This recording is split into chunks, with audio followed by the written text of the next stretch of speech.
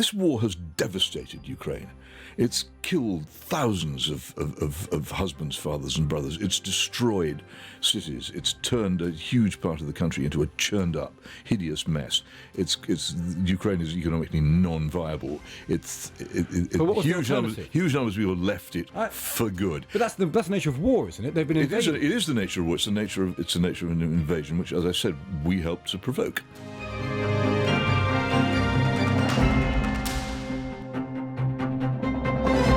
Welcome to Thinkers on Times Radio, the show where we dive deep into the biggest debate of our time, challenge conventional wisdom, try and explore a bit of nuance.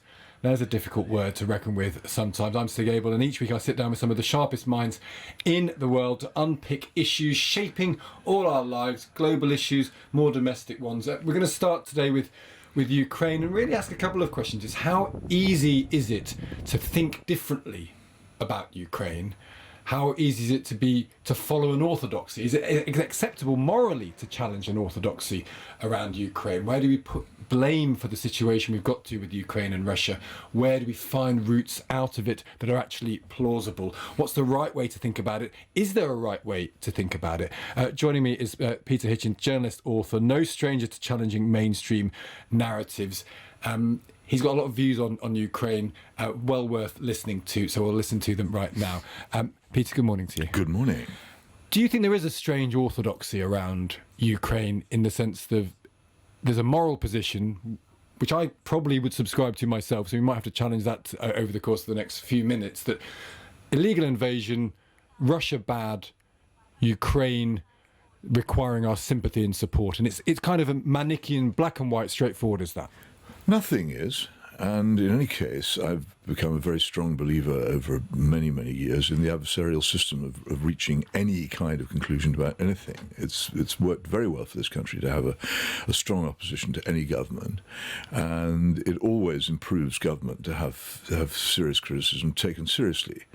What I regret about the current arrangement is that, in general, the government position, the consensus position, the establishment position is not challenged, or if it is challenged, it's classified as some sort of treachery.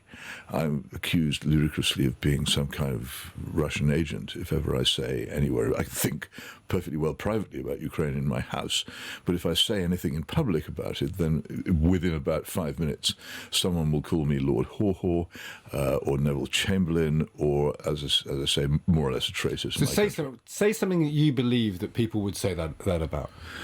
Oh, well, for instance, that the war was provoked. The orthodoxy has been from the start that the war was unprovoked, but it quite plainly was provoked. And Robert Kagan, one of the leading Russia hawks in the United States, has said as much in Foreign Affairs. And there really isn't very much doubt, if you know anything about European politics. Make the case for it being provoked, because the reason people get annoyed when you say that, Peter, is you're sort of justifying an invasion. No, I'm not. I deplore the invasion. I hate invasions. I think that I'm very much against violence of all kinds, except in extreme circumstances and generally in self-defence. And I've condemned the invasion since the moment it happened, and will continue to do so. To be provoked is not to be excused in any evil action you take having been provoked. My own attitude towards being provoked is not to respond to it. Putin's great mistake, and one of the biggest unforced errors of modern times, was to respond to provocation, but he was provoked. You have to go back an immensely long way to the 1990s when Clinton and the US Senate decided that they were going to go for NATO expansion. Now, the opposition to NATO expansion was not just expressed by people like me, but it was expressed notably by George Kennan, probably the most distinguished Western diplomat of the 20th century, the man who more or less won the Cold War with the policy of containment. He came out of retirement and said this is very foolish and dangerous action to take, which will lead to a new Cold War. And also it's an insult to those people in Russia who've overthrown a totalitarian regime and who we ought to be helping. Among those who endorsed his position was the Times newspaper, which in a leader at the time praised him for his good sense. That was the state of opinion at the time, but NATO expansion then went ahead. In what form was it Join the dots then. Why is that a provocative thing to do? It's a defensive alliance. It's a defensive alliance that has functioned for decades with a result in the Cold War of containing Russia or stopping Russia from taking steps. Well, it had been. Irrevocably. No, there's several things you say there which are not entirely correct. The first is it had been a defensive alliance against the Soviet Union, not against Russia. It had been a defensive alliance which had actually never taken any action. And the Soviet Union was not Russia. It was a very different thing. I've lived in both of them and very close together, and the change from one to the other was enormously dramatic. And they're not the same thing. And Putin perhaps wants to return to the Soviet Union. I don't believe so. I think a lot of people like to read that into him. Just as there were plenty of conservative people in Britain in the 1940s and 1950s who might have quite liked the Indian Empire not to have been lost, they knew perfectly well that they weren't going to get it back. And any serious Russian politician knows perfectly well that Russia is no longer rich enough or militarily strong enough to get back what it lost. In any case, doesn't particularly want to. What would be the point? The nature of diplomacy in Europe has changed. But you've moved me away from my main point, which is historical. The main struggle really in Europe, particularly since I suppose 1914, had been between Russia or the Soviet Union and Germany, and the main battles of both the First and Second World Wars took place in, around and over Ukraine. It's a very sensitive part of the world. Now, when NATO expanded westwards, what had happened was that by becoming Russia, the Soviet Union had withdrawn into Russia proper and had abandoned military and political control, sometimes direct, sometimes indirect, over hundreds of thousands of square miles of Central Asia and Central Europe. It was a power in grave retreat. And the substitute power, I always say that the European Union is the continuation of Germany by other means. And I think it's quite a good thing. Germany couldn't have carried on the way it used to, and it needed in some ways to be contained and directed. But so there is another power in Europe which nobody mentions, which is the European Union. The European Union, to some extent, in step with NATO and backed by the United States. And then there's Russia. Well, the second power, the one which nobody mentions, the European Union, moved, along with NATO, enormous distances eastwards into territory formerly controlled by the old Soviet Union. Well, the Soviet Union pretty much put up with it because it didn't have very much choice. And Yeltsin was weak and chaotic and drunk, and they knew they couldn't do much about it. And those nations wanted to join the EU. Well, you say. I mean, it's another argument. I could challenge you to tell me which of them ever held any kind of referendum or election on the issue of whether they wanted to join NATO, for instance, or in some cases the European Union. But the big thing about the European Union was that it wouldn't let them join to begin with, and there was a joke I think made by the economists around about the time that we won't buy your tomatoes, but so if you like, we will put you under our nuclear umbrella. So NATO membership was seen as a consolation prize for refusal of EU membership, which was the initial response to the European Union. Then several things happened. The Yugoslav war happened, during which NATO ceased forever to be a defensive alliance and became an offensive alliance and actually bombed Yugoslavia, an event which was so unnoticed in Britain that most people still don't know it happened, but which evoked total fury and rage in Russia, not just amongst ex-communists and Russian expansionists, but one of the chief protesters against it was one Alexander Solzhenitsyn, the hero of the struggle against Soviet communism. They thought it was a grotesque change of NATO's nature and purpose, and they were very worried about it. That passed, and then we get to 2007, the Munich Security Summit, where Putin says, "What are you doing this for? Can you please explain to us who this alliance is against? You won't let us join it. You expand it, but you won't say who it's against." And he was making it plain he obviously felt it was against them. The response of George W. Bush, the great genius of Iraq, the following year at the Bucharest NATO summit was to say, right, we're going to invite Ukraine to join NATO. Well, if there was anybody in the Bush White House who knew anything about politics or geostrategy, they must have known this was an extremely provocative response. And it was. But still, that's 2008. It still takes until 2014 for the thing to become really serious. And what happens in 2014? Well, in 2014, Ukraine has a democratically elected president, a very unnice person called Yanukovych, who neither of us would particularly like to meet or would think very highly of, but who undoubtedly had been democratically elected by an attested majority and was the constitutional head of state. And in February 2014, he's overthrown. by an armed mob. And an armed mob which came out of a crowd which had been openly encouraged by Western politicians. And I can say no more on this because facts are facts, and either you have them or you don't. There are two facts that I know about this this putsch against Yanukovych. Within, I think, 3 weeks, it had been condoned and accepted as legitimate by the governments of Britain and the United States. And from that moment onwards, you have the bloodshed had begun during this supposed revolution of decency, and bloodshed continued, and the horrible warfare in the Don Basin and the Russian. Well, Crimea had very little warfare, but there was horrible warfare. Well, yeah, they were already there. Under the Kharkov agreements, Russia already had a naval station and defending armed forces. But they took the rest of the Yeah, they did. I'm not saying they didn't take it, but it wasn't a violent event. The violence was in a different part of Ukraine, in the Don Basin. At that time, they'd also, where the Ukrainian army went in and attacked. But they'd also, at that point, they'd got into Georgia in 2008. No, Georgia actually attacked Russia. I refer you to Heidi Tagliavini's report prepared for the European Union on this matter, which concludes quite firmly that Georgia started and Chechnya? Chechnya is part of the Russian Federation, whether you like it or not. I'm not. The events in Chechnya are disgusting, but they're not a sovereignty question. I would also say that Yeltsin's war in Chechnya was, if anything, even more brutal and disgusting than Putin's, and nobody cared. So what follows even slightly about it? And it's an interesting thing about Yeltsin. Yeltsin actually pulled tanks up the street I used to live in Moscow and shelled his own parliament. So what follows? And when he did this, the West said, "Okay, well, that's Boris," and nothing happened. But and yet Putin, whose anti-democratic measures really started in 2004. When I first wrote about his attack on freedom of speech in Russia was 2004. He attracted much more hostility. Now the question is, why is it that Yeltsin could shell his own parliament and conduct a barbaric war in Chechnya and nobody cared? And indeed, Western money and experts were sent to help him win his re-election.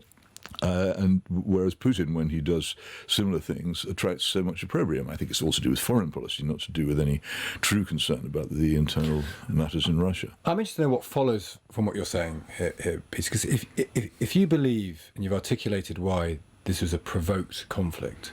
Well, you asked me. No, exactly. I told you. Yeah. But we are still where we are now. And the question is, even if it was provoked, it doesn't help us get out of the situation because I'm not offering to help you get out of the situation. It's beyond Putin will say, this isn't my first engagement with this matter. I used to go on holiday in Ukraine. I know it, and I won't say particularly well, but I know it well enough to have cared about it for a very long time. I wrote a fairly major piece for my newspaper about it in 2012. In which I detected serious problems in both Crimea and the Don Basin. I went particularly to Donetsk and to Sevastopol, and wrote about these problems and predicted difficulties, partly because of the internal behaviour of an increasingly ethno-nationalist Ukrainian state. And I was worried about it, and the only response I got from this was to be roundly condemned by my old friend Ed Lucas for writing an appalling article. It wasn't. People weren't interested in it then, and those if you were interested in it and know about it, you listen to the modern, particularly British debate about the Ukraine issue, and you just think it's a huge disadvantage to know what you're talking about. But we are still left with this question. We are. And provocation matters to a point, but it also then matters on what we can trust Putin to do now, what can be offered to Putin or not offered to Putin. Because even if you feel that the worst thing that could happen, which is not... But I'm not his spokesman. I refer to him regularly as I'm not asking you to say what... I'm not asking you to stand for him. I'm asking you to what can I say? We aren't... I'm the Irishman who says I wouldn't start from here. I can't get us out of this mess. I could have kept us out of it if people had listened to people like me. So let's start there. For years and years, let's stop. Why do we have this ridiculous attitude towards Russia? That it's a threat. Look, there were two very major countries at the end of the Cold War which were economic basket cases. One was Poland, one was Russia. The Americans sent teams to both of them to give them shock therapy and help them survive. The take techniques used in Poland created, as anybody who goes there and knows, a very effective and prosperous modern economy. It's an amazing country. What was done in Russia destroyed it. We made a dreadful mistake after 1991 in the West in not doing everything we could to embrace Russia. So if we'd have pulled Russia into what amounts to a European orbit, into the modern world, then we would not. That would have been an intelligent. I suffer again. I lived in Moscow for 2.5 years. It was the whole time. I was in a heightened emotional state. There was a long period after I witnessed the KGB murdering people in Vilnius when I could barely stand the company of Russians. But you get over that. I came to understand there were differences between Russians, and I came to have some interest in and some sympathy for the Russian predicament, which you would only get really by living there.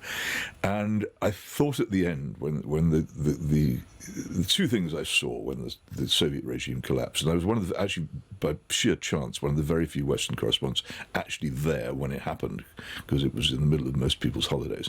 I remember driving through and then walking through the centre of Moscow the day after the KGB putsch had failed, and the litter bins in central Moscow, which were all sort of grey urn-shaped things in the centre of the city, then were all full of Communist Party membership cards, red and gold, partийные билеты, burning.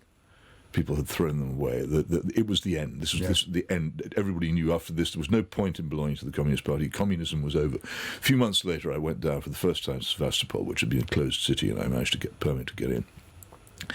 And all the creeks and inlets of that rather beautiful city were full of sunken naval vessels. They'd been scuttled. They'd probably now be melted down and turned into refrigerators. I don't know what would have happened to them, certainly probably sold corruptly. But the fact was, this was also the end of the huge Soviet global navy and the Soviet attempt to reach for global power. It was over. Two hugely significant things over. I know this. And you think Putin? You think Putin knows this? I'm sure Putin knows it. He's not. Whatever else he may or may not be, he's not stupid. And these things are over, and they simply have not got what they used to have in terms of military power, and they haven't got the money to sustain it if they want to. So they have limited ambitions, and Putin was really annoyed by Obama calling Russia a regional power because it was true. But why did he a regional power? It's not it's a global. It's a global nuclear power. Yeah, but it's a ridiculous, sort of grotesque mutation. It's got these. It's like an octopus with vast 100-foot-long tentacles and a tiny head. But I want to get to try and. But forgive me, I don't think you understand my question, Peter. I'm not. Oh, I think I do. But I'm not asserting. I'm not sure that I can answer it without going back a bit further. But I'm not asserting. If you're not careful, I'll go back to where Lenin was in 1914. And all this matters. Yeah, I'm sure that's right, and I'm not in any way asserting, of course, that you're making the Putin argument here. I'm just interested that we've got to this position where you now have two powerful men, Trump and Putin, debating the future. We've got. I think debating's being a bit flattering, isn't it? To whom, though? Well, either of them. You have a situation where the West has mobilised in support of Ukraine to a certain extent. You've got defence ministers meeting in London, the coalition of the willing, the idea of military support. Can I just take you up on in support of Ukraine? This war has devastated Ukraine. It's killed thousands of husbands, fathers and brothers. It's destroyed cities. It's turned a huge part of the country into a churned up, hideous mess. Ukraine is economically non-viable. Huge numbers of people left it for good. But that's the nature of war, isn't it? They've been invaded. It is the nature of war. It's the nature of an invasion, which, as I said, we helped to provoke. But having happened, we now have to find a way to. I mean, do we? Well, great. But for many, many months after it started, you could look around the world and say, isn't there something called the United Nations, which has a general secretary? Who's trying to stop this? Nobody was trying to stop it. On the contrary, prominent Western politicians were urging that it should be intensified. The United Nations has not performed any function that I can perceive in this type of conflict for decades. Good point. But there was. On the other hand, there hadn't been a land war in Europe for decades either, had there? Here we had a very, very serious war in a very dangerous part of the world, and nobody doing anything to stop it, But actually, people such as Alexander Boris Pfeffel Johnson actively saying it should be prolonged Well, because and intensified. But how do you stop an invasion without supporting the person who's been invaded? Well, the invasion was actually stopped quite quickly. But a sort of stalemate arose quite quickly out of which it would seem to me that the possibility of some sort of peace might have been available. But again, I'm merely pointing out that the desire for peace in Ukraine is quite new among a lot of Western people who for a long time cheered it on as if it were a football game. Which is what Trump preens himself on. Trump supporters say the thing Trump cares about is stopping the fighting. Trump is just interested in an end of a war. He doesn't care where it came from. He doesn't care who may assume moral culpability for it. It's a fact of life, and he wants to. Well, see also Nixon in Vietnam in the 1970s. He wanted to get out of that. And Trump is very close to Nixon. He's not as clever as Nixon, but yes, no. it's not unusual among American leaders to want to get out of things. Joe Biden got out of Afghanistan in the most shameful scuttle. They get out.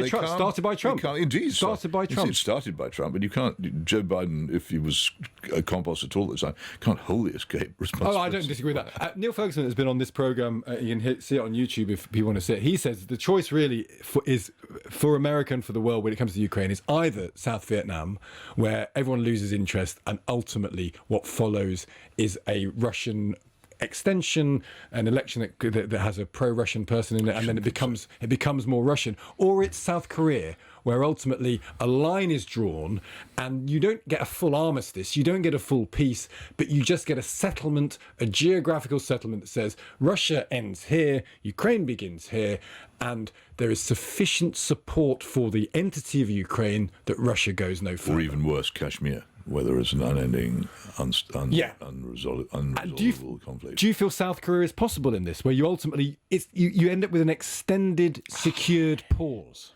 Is that the best scenario? I don't know. I think what you may just end up with is Ukraine as a demolished country and Russia sitting where it sits. And then what happens? Well, nothing. You create a devastation and call it peace, as Tacitus said. Yeah. And that's just it. Well, it could be. This is wars. People accuse me. I've recently been accused of being a pacifist. I'm not a pacifist. I'm a strong defence person. But this is why it's most unwise to get involved in wars. And what George Kennan told us back in the 1990s was that this would lead to war. And also, Russian politicians of the kind we're supposed to admire, like Yegor Gaidar, the liberals. Gaidar went around all his friends in the West saying, "Don't do this. This is crazy. If you expand NATO in this way, there will be war. Please don't do this to us. You will strengthen people like Putin." And nobody paid any attention to. Could it be that they didn't care? Why would they not care? I simply don't. Why indeed would they not care? I don't know. You have to go back again. I wrote a recent article for Compact about taking it back to the Wolfowitz Doctrine, which is an amazing Pentagon document written largely by Paul Wolfowitz, which was leaked to the New York Times in 1992 about this, the actual proposed foreign policy for a post-Cold War America. I think it comes from there, and that faction in American foreign policy has dominated really for 30 odd years, and it's under Trump. It's now lost dominance. Yeah, and Trump's view may well be. This is what I personally believe, speaking to the people who are relatively close to him over the last few weeks, is that he has a view, the Nixonian view, let's get out of this. He probably has some sort of, if he is in any way a moral thinker, has some sort of view that peace, or at least no bloodshed, is better than bloodshed. And then he ultimately doesn't care. His view is that America shouldn't get sucked into a continent he doesn't really care about, a country he doesn't really care about, and ultimately whatever happens in the sphere of Russia, Ukraine and continental Europe is no longer an American problem. America has to care about Europe, whether it wants to or not. And this is that true? Established in the 1930s because America decided not to care about Europe, and it ended up with Hitler, and that was a disaster. It was one of the reasons for the very strong American engagement in but that may be over. Well, I don't think so. I think apart from anything, the European Union itself, as it now is, was to begin with, really, at least partly a creation of American will. They wanted it. They wanted it because they would like some stability in Europe. They may have to rethink that. Well, maybe they there's a difficulty as well since the Iraq War, and you may remember there was the new Europe and the old Europe, the attitudes of countries such as Poland to all these questions, and the attitudes of countries such as France and Italy to these questions were different, and so Europe became divided, and the United States had to make more choices. But this is why it's ultimately a historic question. We're still dealing here with the outcome of the First World War and of the struggle between the Russian Empire and the German Empire in 1914. Ukraine, in its modern form, there's no modern state called Ukraine existed until the Peace of Brest-Litovsk in 1918, and as a result of Germany moving into that area as a result of them paying Lenin to overthrow the first democratic government Russia ever had. It's a complicated area. And you can make the same arguments in the Middle East as well. The creation of nation states where nation states hitherto did not exist is a phenomenon of the 20th century, the early 20th century. The amazing phenomenon, which nobody discusses and should, of limited sovereignty, where you create in somebody else's empire countries which are more or less your provinces, but which have enough tokens of sovereignty and therefore national pride and freedom to find your presence much more tolerable in their midst than the presence of the empire you've expelled. That was the principle that Richard von Kuhlmann, the Kaiser's foreign secretary, came up with in about 1917, and very effective it was, and it still is. Is a moral reaction to all this the correct way of thinking about it? Because you can still have a view that Putin, an autocratic figure, has invaded another country, and there's a danger, perhaps, that he could do so with what amounts to impunity. Not impunity in terms of the dead Russians who have fought the battles, or even the dead North Koreans who fought the battles, but he may well be rewarded for this, because however this else fails or falls, Peter, he might well end up with a chunk of land he didn't previously have. And is that a good thing? Does that matter? I don't think it was ever about land. It was about if Ukraine had remained a non-aligned country, then Russia would have stayed out of Ukraine. There isn't the Russia accepted reluctantly, but pretty firmly in 1991 that it had lost that battle. It thought that the borders of Ukraine that resulted they were old Stalinist borders were stupid, and there was some initial vague attempts were made by Yeltsin to rectify them, but they came to nothing. The Crimean people themselves tried to hold a referendum on their future, which Kiev suppressed, but pretty much it was accepted. This had happened. The thing that really infuriated them was the loss of the Baltic states. Gorbachev, who everybody in the West admire, was livid about the Baltic states wanting to go, which is why one night in Vilnius in January 1991 I watched his Alpha group shooting people in the streets of Vilnius, because they really, the Russians really, the Soviets really didn't want to let the Baltic states go, but they've gone. And I don't, and now they're in NATO, it would be a pretty risky enterprise to get them back. But Ukraine... Well, he won't be able to, will he? Well, I don't... I mean, NATO... The prediction of that kind is something I'm just not... NATO is ultimately it's a guarantee, and guarantees are dependent upon confidence. Article 5 is not as specific as people think it is.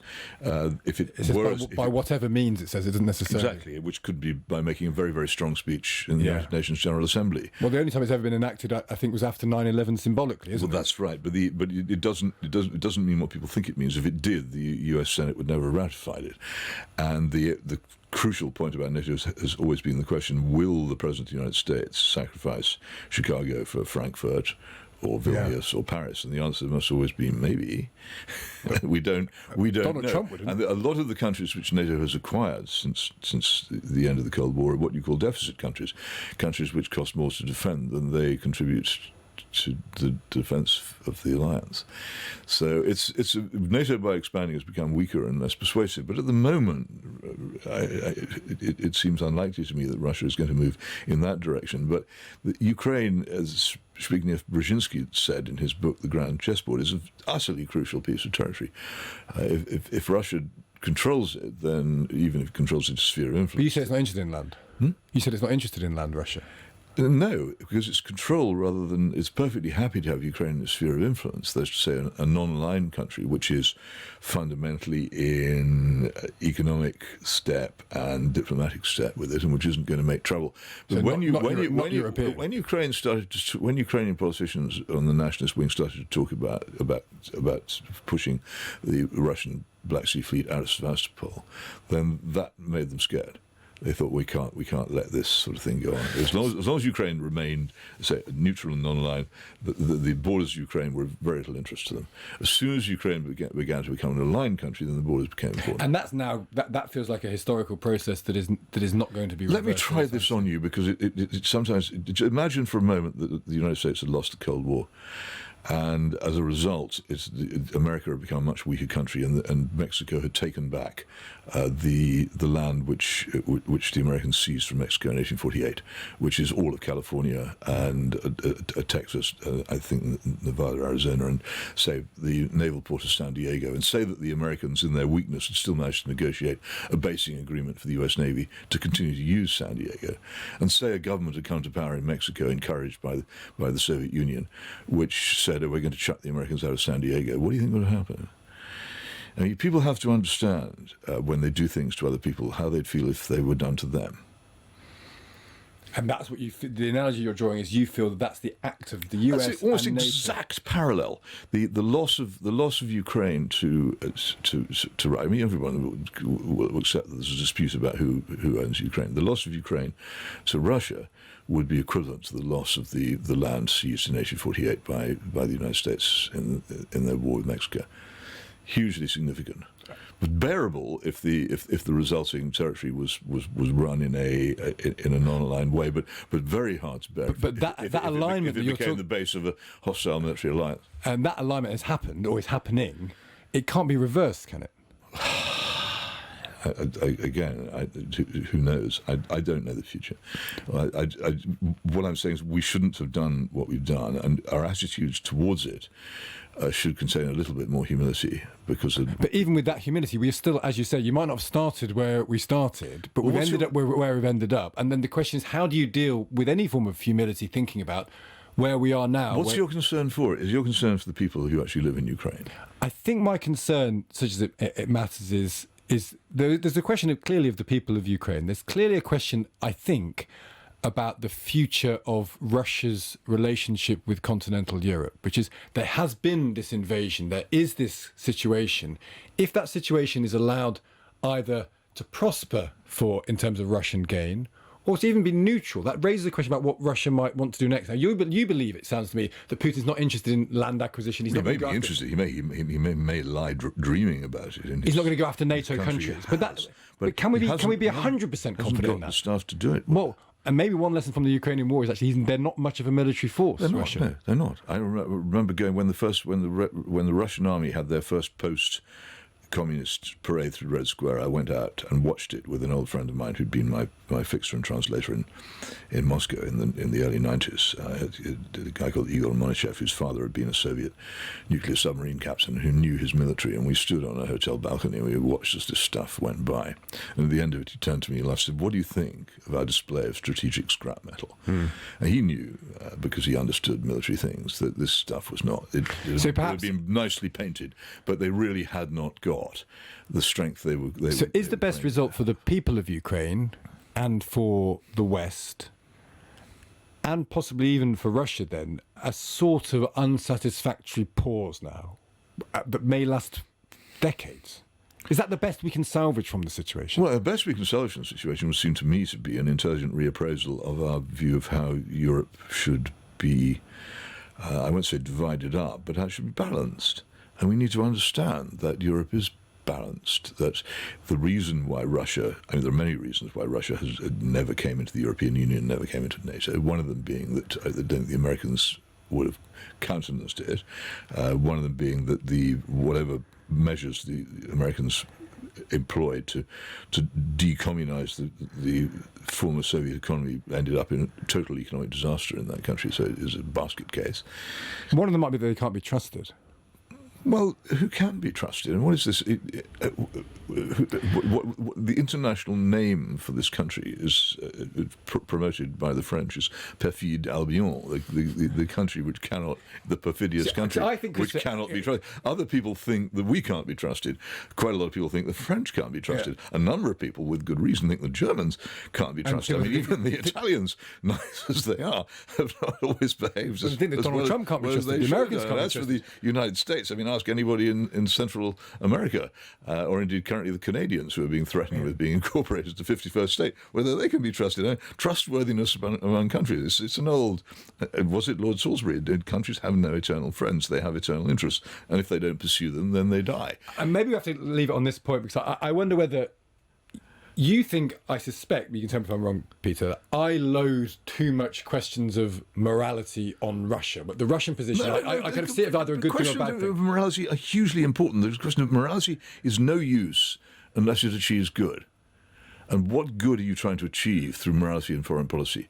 In my view, what you're trying to do is to stop people being bombed in their homes and ripped to pieces by explosives and having their lives. But that can't be done by concession to Russia, can it?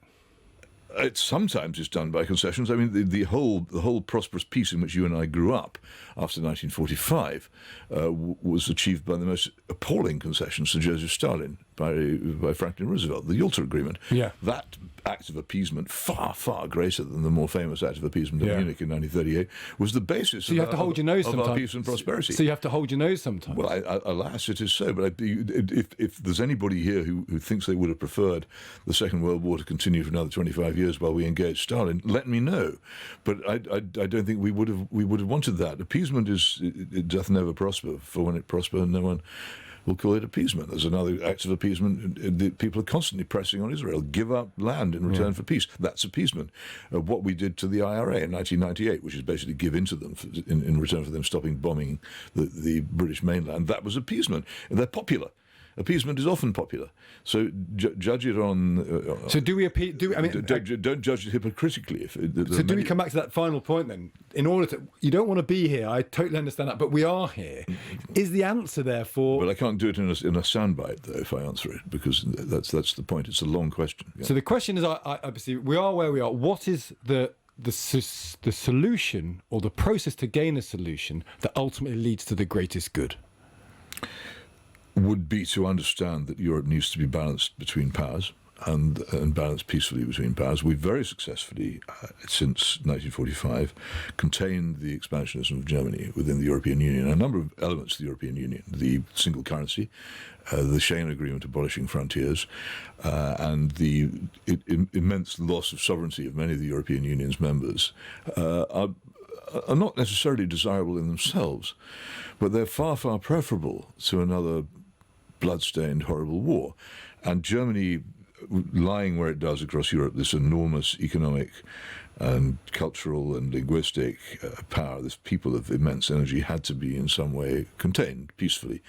I didn't myself ever think that this country should be a member of that European Union, but that was another question.